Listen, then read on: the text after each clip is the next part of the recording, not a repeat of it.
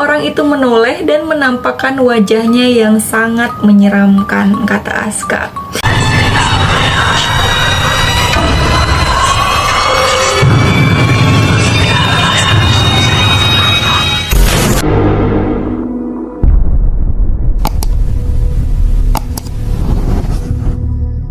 Guys, assalamualaikum. Terima kasih udah mampir di channel aku. Seperti biasa, aku akan membahas atau menceritakan kisah-kisah horor nyata dan kejadian-kejadian mistis yang dialami oleh sobat horor kita. Nah, buat kalian yang belum nonton video aku dari episode 1 sampai dengan episode sekarang, kalian bisa cari di playlist judulnya Kisah-Kisah Nyata. Aku juga ngucapin terima kasih buat kalian yang selalu setia nongkrongin channel aku. Jangan lupa juga untuk selalu support channel aku supaya aku makin semangat lagi membawakan kisah-kisah horor untuk kalian. Oke, siapa di sini yang hobi mendaki gunung? Apa yang pernah kalian alami selama kalian mendaki? Apakah kalian pernah mengalami hal mistis seperti yang akan aku ceritakan kali ini? Jadi, kali ini aku akan bercerita tentang kejadian mistis yang dialami Aska selama dia mendaki Gunung Merbabu. Penasaran gimana kisahnya? Oke, nggak usah banyak batu dicot lagi, kita langsung aja ke ceritanya. Cekidot! Gunung Merbabu adalah salah satu gunung yang terletak di Jawa Tengah. Meskipun terkenal dengan keindahan alamnya, gunung ini juga memiliki kisah mistis yang masih dipercaya oleh masyarakat sekitar. Konon, Gunung Merbabu adalah tempat bertemunya para dewa, guys. Jadi, pada awal tahun 2014 lalu, Aska melakukan pendakian ke Gunung Merbabu dengan kedua rekannya yang bernama Bobby dan Ato. Mereka menyiapkan segala sesuatunya, lalu berangkat menuju lokasi lewat jalur selo. Awal mereka berangkat tidak ada kendala, hanya saja mobil yang mereka naiki sempat mogok di tengah jalan. Tapi mereka tidak berpikir aneh pada saat itu, karena yang ada di pikiran mereka hanyalah bisa sampai di puncak dan melepas segala beban pikiran yang ada. Singkat cerita, tibalah mereka di lokasi dan mulai mendaftar. Mereka juga mendapat arahan tentang apa saja yang tidak boleh dilakukan selama pendakian.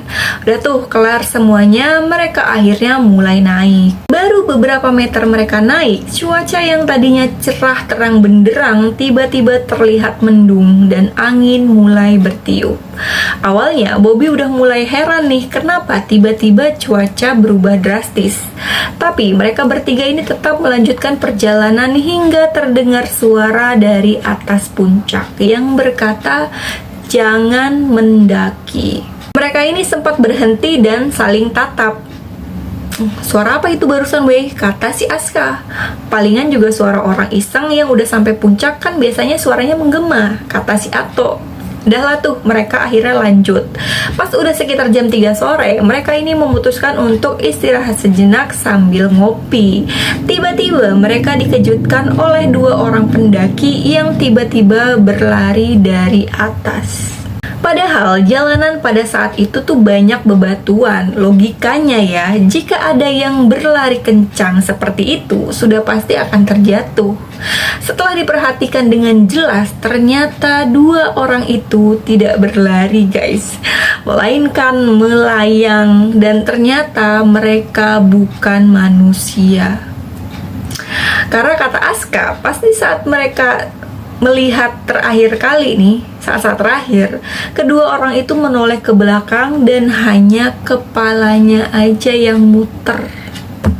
Melihat itu, Aska, Ato, dan Bobby buru-buru berkemas dan melanjutkan perjalanan. Nah, karena buru-buru itulah Aska melupakan satu pantangan yang tidak boleh dilakukan di sana, yaitu dia membuang puntung rokoknya sembarangan.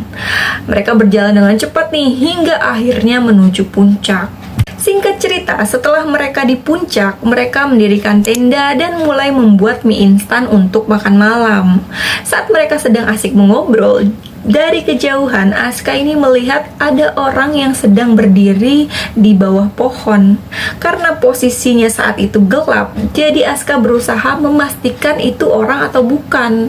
Tapi semakin diperhatikan, sosok itu makin besar dan makin besar hingga melewati pohon. Aska yang melihat itu tuh ngomong nih ke Ato sama Bobby, di dekat pohon itu tuh ada orang tinggi besar, kata si Aska. Udah biarin aja, biasa kan kalau di tempat kayak gini tuh udah pasti ada, kata si Bobby. Udahlah nih, mereka lanjut ngobrol. Sekitar jam 9 malam, mereka ini memutuskan untuk tidur. Tapi si Aska nih nggak bisa tidur pada saat itu karena kepikiran sama sosok yang tadi dia lihat. Jadi, dia memutuskan untuk keluar tenda dan menyeduh segelas kopi. Saat sedang duduk dan menikmati kopinya, lagi-lagi Aska melihat sosok tinggi besar yang berbadan hitam sedang menatap dia. Kali ini, sosok itu tidak sendiri, guys. Melainkan ada sosok perempuan seperti Kunti, tapi bertaring, wajahnya seram, dan dia tertawa, katanya. Tak hanya itu, Aska juga melihat banyak sekali orang yang berlalu lalang seperti sedang beraktivitas. Dan pada saat itu, ada orang yang tiba-tiba menatap Aska dan menyuruhnya untuk turun sambil berteriak. Seketika Aska pun pingsan. Pas bangun, hari udah pagi dan Aska juga berada di dalam tenda. Dia bertanya-tanya nih, apa semalam hanya mimpi? Lalu ditegurlah nih sama si Bobby, lu kenapa sampai pingsan gitu? Terus si Aska nih bengong lagi. Ternyata yang dialami semalam itu bukan mimpi, tapi nyata. Untung masih dikasih selamat, kata Aska dalam hati. Walau dengan kebingungannya, Aska tetap melanjutkan aktivitasnya seperti foto-foto dan lain sebagainya. Hingga jam 10 pagi, akhirnya mereka memutuskan untuk turun. Berkemaslah nih mereka. Setelah itu mereka turun. Pas perjalanan turun, ada hal aneh lagi nih. Ada seorang pendaki yang ingin turun juga. Tapi anehnya, pendaki itu tidak membawa apa-apa. Orang itu hanya berjalan dari atas dan tidak menggunakan alas kaki. Tapi orang itu tuh jalannya cepat banget, kata Aska. Nah, Aska, Ato, dan Bobby ini merasa aneh kan? Mereka aja yang pakai sepatu, jalan nggak secepat itu. Fix sih, itu bukan orang, kata Aska. Udahlah, mau orang atau bukan, yang penting dia mah nggak ganggu kita, kata Bobby. Lanjutlah nih mereka turun. Posisi mereka saat itu, Ato di depan, Bobby di tengah, dan Aska di belakang. Pada saat itu, Aska melihat ada seseorang yang sedang berjualan buah. Karena dia agak sedikit lapar, akhirnya dia mendatangi tukang buah tersebut dan bertanya beberapa harga buah tersebut. Tapi penjual itu tidak menjawab dan hanya terdiam. Karena penjualnya diem aja, si Aska ini inisiatif nih, katanya ngasih 10.000, terus ngambil beberapa buahnya.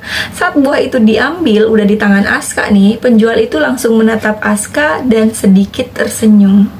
Lalu, penjual itu berkata, "Ayo ikut aku, kamu sudah mengambil buahku kan?" Lalu tertawa dengan sangat kencang. Aska kaget nih, seketika buah yang ada di tangannya ini dibuang begitu aja. Dan melihat teman-temannya pada nggak ada, Aska berusaha mengejar Ato dan Bobby, tapi usahanya sia-sia. Karena Ato dan Bobby sudah tidak terlihat, dalam kepanikannya Aska ini tetap berjalan meskipun dia nggak tahu bener atau enggak nih jalanan yang dia lewati. Sampai Aska menemukan sebuah pemukiman penduduk. Aska mengira kalau dia ini udah di bawah gitu. Aska lanjutlah menelusuri pemukiman itu. Anehnya, semua orang di sana terlihat pucat dan gak ada yang saling mengobrol. Semuanya tuh hanya terdiam sambil melakukan aktivitas biasanya. Akhirnya Aska ini memberanikan diri untuk bertanya ke salah satu orang yang ada di situ. "Permisi Pak, ini jalan keluarnya di mana ya?" tanya si Aska. "Saya mau menuju ke tempat pendaftaran." Jadi si Aska ini mau menuju ke tempat awal dia berangkat naik gitu guys. Tapi orang itu tetap diam seakan tidak mendengar kalau Aska ini lagi ngomong gitu. Aska berusaha untuk menegurnya lagi. "Pak, Bapak dengar saya kan?" Seketika orang itu menoleh dan menampakkan wajahnya yang sangat menyeramkan, kata Aska. Dan seluruh warga yang tadinya hanya diam, mereka juga menatap Aska serta menampakkan wajah aslinya. Ada yang berwajah monyet, ada juga yang berbadan ular tapi kepalanya manusia. Melihat itu tuh Aska pingsan, dia nggak ingat apa-apa lagi. Tapi pada saat terbangun, Aska ini sudah berada di pos pendaftaran dikelilingi oleh warga sekitar. Menurut keterangan Ato, saat di pertengahan jalan, Aska ini udah nggak bersama mereka. Ato dan Bobby ini berusaha mencari Aska tapi tidak ditemukan. Makanya Ato dan Bobby ini meminta tolong ke warga sekitar untuk turut mencari. Untungnya ada warga yang mengerti tentang hal-hal mistis semacamnya. Setelah semalaman mencari, akhirnya Aska ini ditemukan tergeletak di tepi jurang, guys. Untungnya tidak terjadi sesuatu pada Aska. Mungkin saja itu hanya peringatan kecil dari penghuni gunung tersebut untuk tidak melanggar aturan yang ada. Oke, itu dia sedikit cerita dari Aska dan kawan-kawan. Semoga bisa diambil sedikit pelajaran dari kisahnya Aska ini, guys. Intinya, dimanapun kita berada, patuhilah apa yang sudah menjadi larangan. Sebenarnya ada juga nih foto Aska dan kawan-kawan pada saat di puncak. Cuma dia nggak mau di-up, guys. Malu, cenah.